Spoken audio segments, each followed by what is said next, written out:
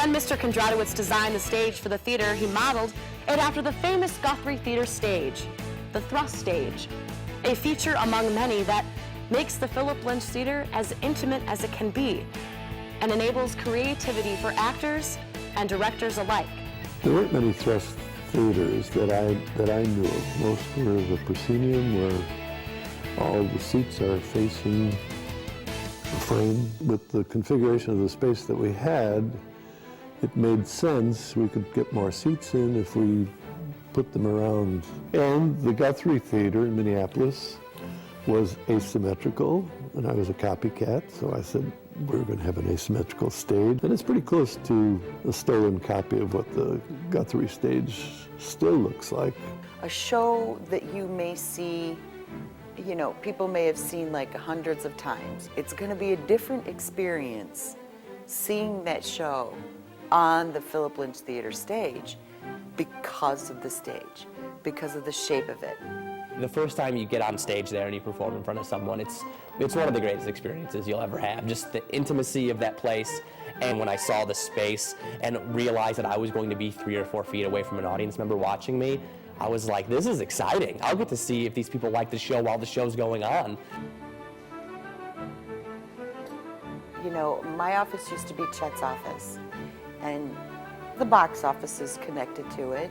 So that's, you know, a high traffic area. Everybody has to go by that door to get to the stage doors. And the box office was the kind of place where it was like Gossip City. It's crazy. It's like we're one big, like, dysfunctional family.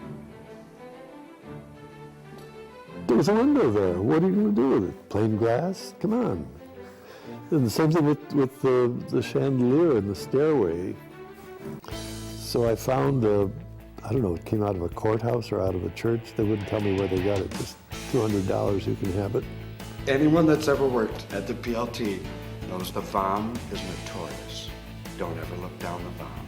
And we all look to the left down the VOM.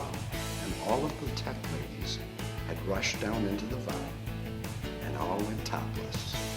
Keeping a straight face at that moment was a little bit difficult. When we were building the theater, I wanted some way of getting to the light booths. So as we were talking about it, we thought, well, not a ladder, not a staircase, what about a balcony? So that's how the balcony came to be, which is great. And the neat thing about it is that you can be in the balcony and you can get to the second floor backstage and downstairs and around the back. It was totally flexible, high ceiling. We had arrived. Alumni who've been away and come back and come in and see the theater, the first thing they always say is, it still smells the same.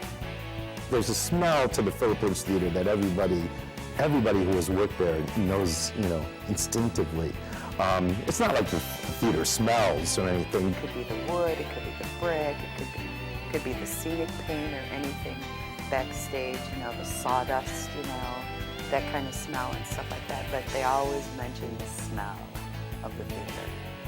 Ah, the smell of the Philip Lynch. The stage floor is a real important part of like every design, and as you move back up in the seats, the floor actually becomes almost more of what is like the visual environment that the actors are kind of moving around in. For every show, the floor is painted, whatever the theme or the concept is for the show. So, but when they took it up, there's layers and layers of paint. And it was just so neat to see, like, oh look, that's the floor from this show, and that's the floor from that show.